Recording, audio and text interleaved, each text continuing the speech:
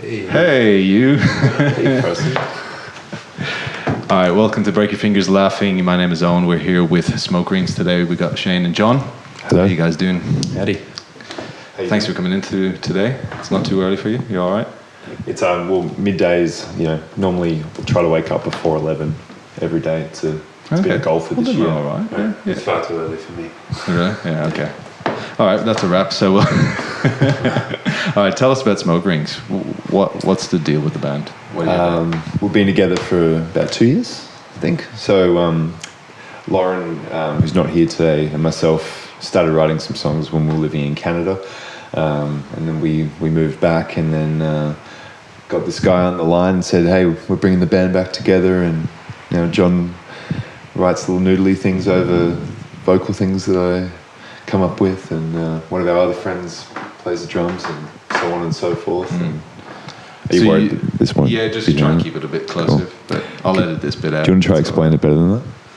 So in the broad sense, then you're writing and singing, but you also play guitar, and you're primarily guitar. That's right. Okay. Yeah, I basically just strum like the 4 chords, really simple, like a beginner. Like if you're someone who's like trying to begin guitar, you'd want to learn my parts. They're really simple, and then John makes them a bit more exciting and original. Yeah, so Shane's a bit like a bread. He's bread for sandwiches, but you wouldn't just have plain bread. No, I'm like... Plain bread tastes like shit. Artisan. Most of the world's gluten-free anyway. I'm like artisan sourdough, and John is the hundreds of thousands that have been put on said bread. And together we make up kids' parties, Wiggles, sort of. This has gone so many directions that I'm afraid to ask the next question. So would you describe your music as sickly sweet? You go. No. If you're saying sourdough with I think, hundreds of thousands. Yeah, I think it could be. Couldn't it? Some melodies perhaps are a bit... Well, let's primarily talk about the single. Go to Hell came out last month at some point. Yeah. How would you describe that sound? The sound? I think it's got very much of like a 90s sort of throwback feel to it, like a lot of the bands that we listen to, I guess, like bands from anywhere from like, Stone Roses and like Oasis and Blur and like a lot of those sort of bands. Like I think you can definitely hear a bit of that sort of sound that comes through. But then John listens to like a bunch of sort of obscure sort of country sort of stuff. So he takes a song that if you were to strip it back, it's very sort of basic and standard in its form. But then John gives it some country flair. The twang. Yeah, there is a bit of a twang. I don't know what obscure country music is. I don't really think that's my thing. But that's fine. Well, who was on the car on the way over? No one. Even the radio, because I was running late. Even the radio was stressing me out a little bit. All right. But it was Radio National though. So he had one of those self-help CDs. Yeah. How not to be late. How not to be late. For dummies. What's the most important part of your sound? Should we just say the keys, Lauren? No, I would say reverb. Yeah. Reverb has to be on everything. Has to sound very wet. How do you do that technically? What creates the reverb? We both run reverb on our guitars quite thick, to the point where it just sounds like the washing machine out the front when we play. And then we insist that the sound engineer double what he would normally use. And we mainly just play shows in caves, which helps. Oh, right. Yeah. So that's pretty... Yeah, it's good. It's quite niche. Yeah. So speaking of sound engineers, a wonderful segue, because I really want to talk about where you recorded, because we're about to use this same studio in a band I play in Rolling Stock. Yeah. Well, first off, you recorded at Rolling Stock and Sound Park. Yeah. For one song?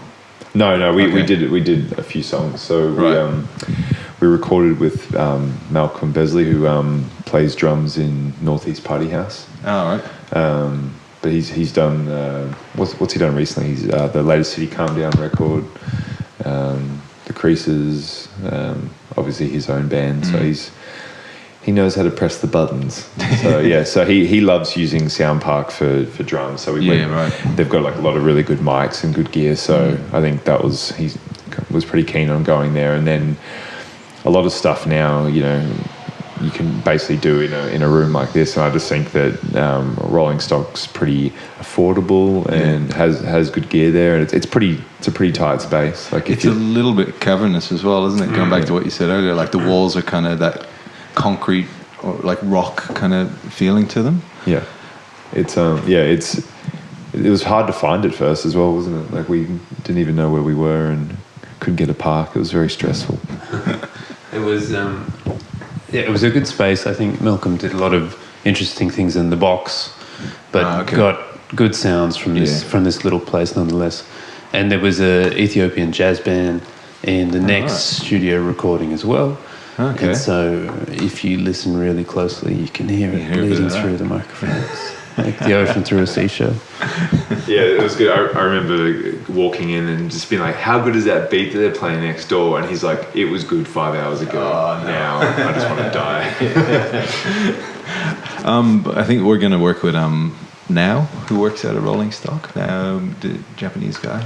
I can't pronounce his full name. He's done a heap of good stuff in Laura and brilliant Japanese band called Vampilia. Cool. But so it should be interesting space. But you're right about we're just trying to get a drum sound primarily and then go elsewhere to do whatever we want basically and add to that. What have you done totally out of those two studios? Is it an album coming or is it primarily focused on singles? We're not sure. We recorded 3 songs and 2 of them are on this release that we're just putting out, which is out now. It's a little double A-side single, so Go to Hell is on one side, and then our next single is going to be a song called Happiness, which is on the other side. So it's out if anyone wants to buy it. I think we don't have many left. I think we've got like 15 of them left. So you pressed up 7-inch vinyl for them. Is that what you're talking about? And we're not talking CD or cassette or any like nonsense with proper vinyl. Record, yeah. We started with 16. We've only got 15 left, so you get in quick. So, where did you find a place that would do a run of 16 vinyls? There's a place. Vinyls, is that what you call them? It sounds like something. Little records. Yeah. I don't know. There's a place called. Was it Cut and Groove that we used? I really hope it was Cut and Groove. I hope I'm not spruiking the wrong thing. Cut and Groove, and you can get small runs of records or as many as you want done. But I think they're hand cut rather than using the proper normal vinyl. Oh right, okay. So it's a bit more expensive to do it that way. But you can do the short run. Yeah, just a couple. And you don't need sort of 4 months notice to get something done. I think Laneway do something like that. They've got a little lathe down there that you can just do a one-off on the vinyl. I don't know how it works, but it's possible. It's a great idea. I had a friend. He made his girlfriend like a Christmas record. For Christmas one year, so he just got like a mixtape on vinyl. Just I think he can't sing to save his life, but I think he sorry if you're watching. But I think he just wrote it. Well, he just basically like on guitar and vocals just like sang a bunch of Christmas songs and pressed it to vinyl. And Happy Christmas. You're welcome. Here's 12 bad songs. Does she not have a record player or something? So maybe you can never. I think she did, but they're not together anymore. I don't know if it was because. Don't know if it was because of the record. Possibly. The powerful stuff. Yeah. Tour wise, what are you playing? When are you playing? We just finished one, yeah. So we just played in Sydney on the weekend at a place called Waywards, which is fun. It's just like a free venue to get in and just filled with people that seem to like alcohol and they didn't lock you out at 10:30, 11 o'clock? No, we... Nonsense. Like, I know that there's obviously parts of Sydney where that happens, but we seem to spend a lot of our time in Newtown, which I don't think has those laws. The social club shut down, didn't it? That died. Yeah, from what I understand from being there, I think we were playing in Newtown, there's only 3 venues that have sort of got permission to stay open beyond the lockout, and so they get crammed at some point. Yeah, true.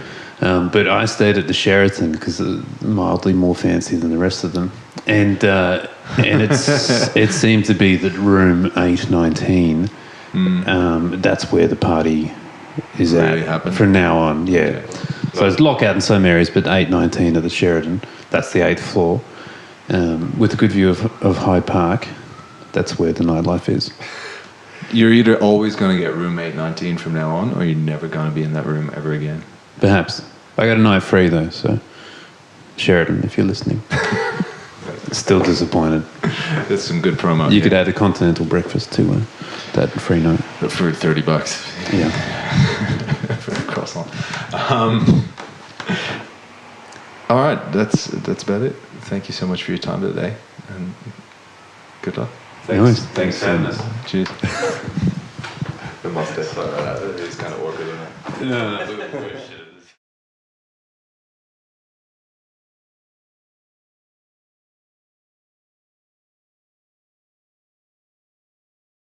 Break